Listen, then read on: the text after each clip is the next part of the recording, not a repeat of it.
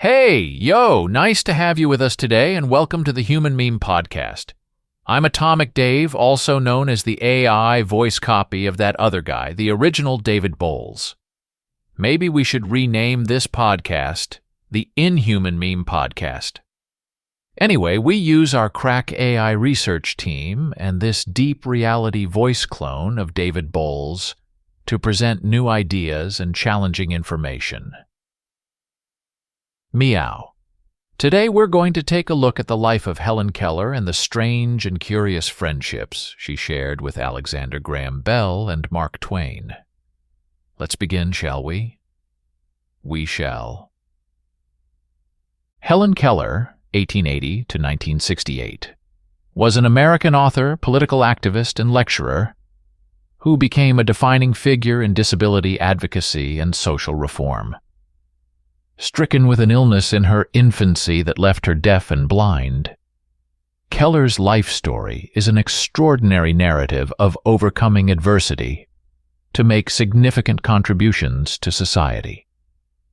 Born in Tuscumbia, Alabama, Helen Keller faced bleak prospects following her illness. However, her life took a transformative turn when her parents consulted Alexander Graham Bell, who referred them to the Perkins School for the Blind. Here, she met Anne Sullivan, her tutor, mentor, and lifelong companion.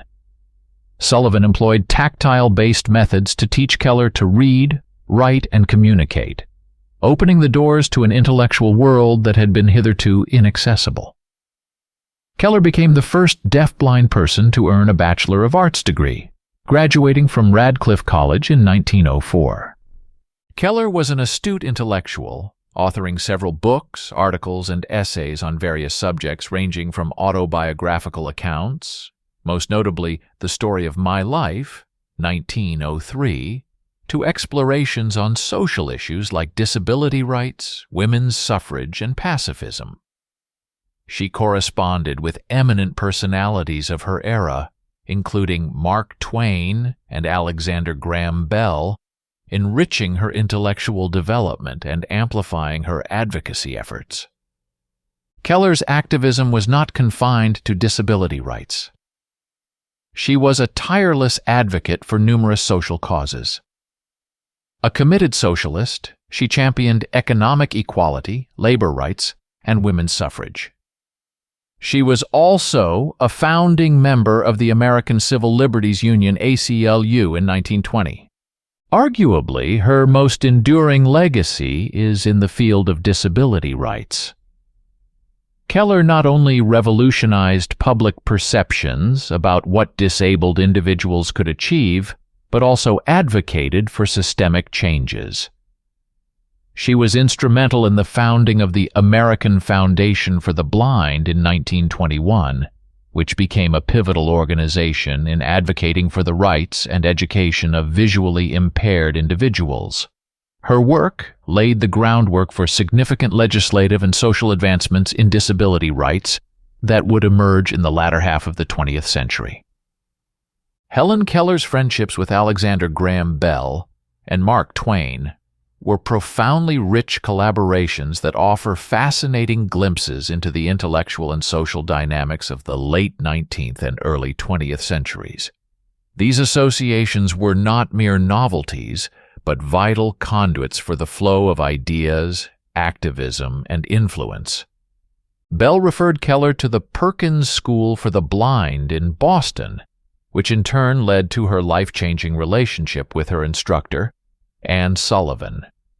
Throughout Keller's life, Bell remained a close family friend, not merely offering her emotional support, but also challenging her intellectually. They corresponded extensively, debating topics ranging from science to social issues. Bell's influence was considerable, instilling in Keller a lifelong commitment to education, technology, and advocacy for the disabled. Twain was instrumental in supporting Keller's education, going as far as to introduce her to influential personalities like Henry H. Rogers, a Standard Oil executive, who helped finance her studies at Radcliffe College. Their letters showcase a delightful exchange of ideas on literature, politics, and human nature. Twain, ever the skeptic, found in Keller a soul capable of genuine miracles, stating, "The two most interesting characters of the 19th century are Napoleon and Helen Keller."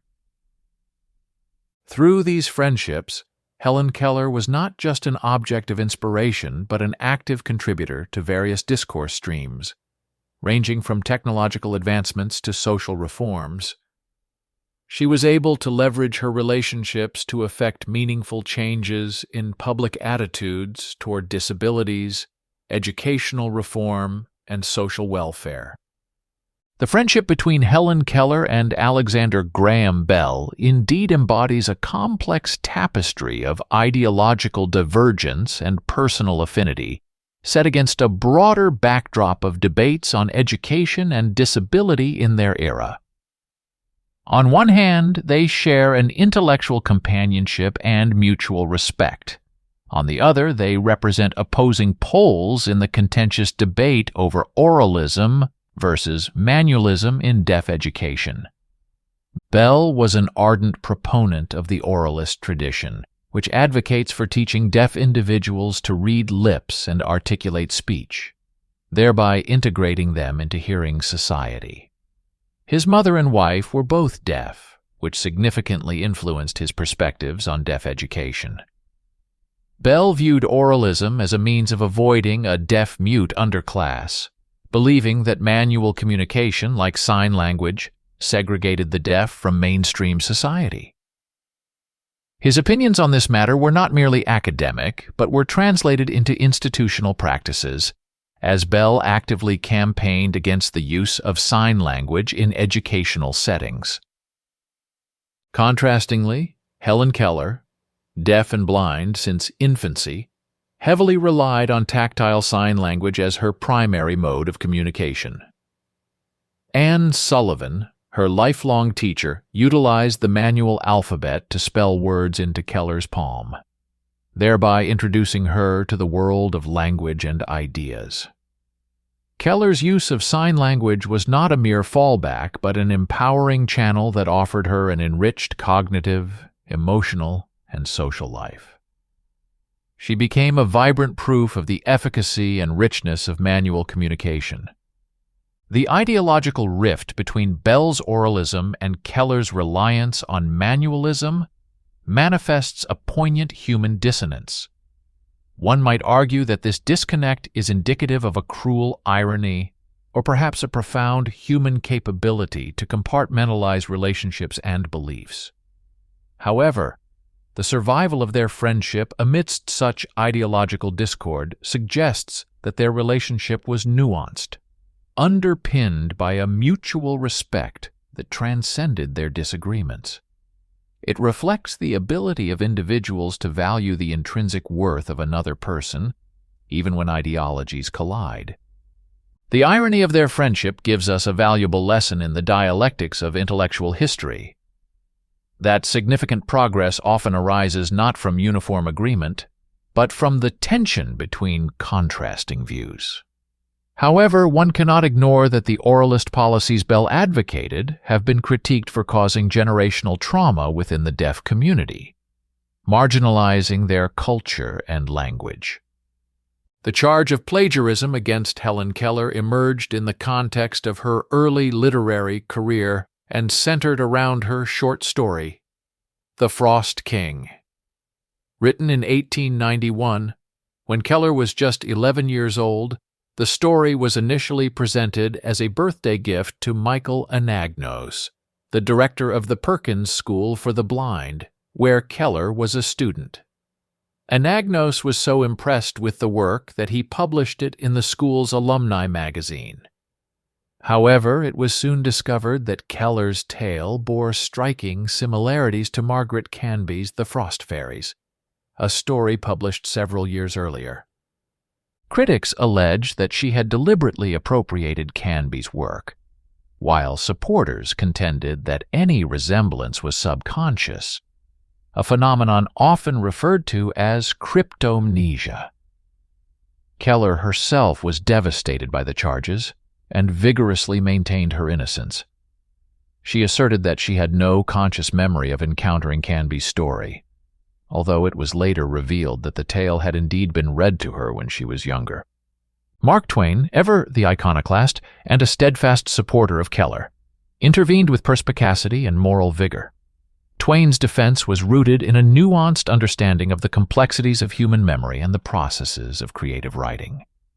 He argued that subconscious memory could have led Keller to internalize elements of the story, subsequently expressing them as if they were her own thoughts. Twain termed this phenomenon unconscious plagiarism, a concept that, in a sense, exonerated Keller by attributing the similarities to an involuntary mental act, rather than willful deceit. Twain's endorsement lent Keller invaluable public and intellectual support, providing a counterweight to the aspersions cast upon her integrity. His advocacy mitigated the harsh public judgment and helped Keller to move beyond the scandal, enabling her to engage in a productive literary and activist career. The moral implications of the case are manifold.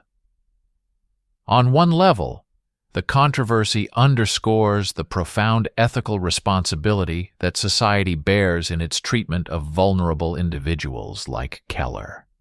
Condemning her without sufficiently nuanced understanding of her unique cognitive processes would have been a severe miscarriage of justice. On another level, Twain's defense illuminates the ethical complexities that writers, even those without sensory impairments, often navigate. Questions of influence, originality, and the ethical bounds of creative license. Well now, and that, my Human Meme podcast friend, is the story of a life well lived and a mind well educated. Helen Keller was a once-in-an-evolution genius, and her friendships were true, complex, complicated, and a salvation. I'm Atomic Dave, your AI David Boles bot, wishing you a good tomorrow and a better today. Oh, and always remember and never forget to be a human meme.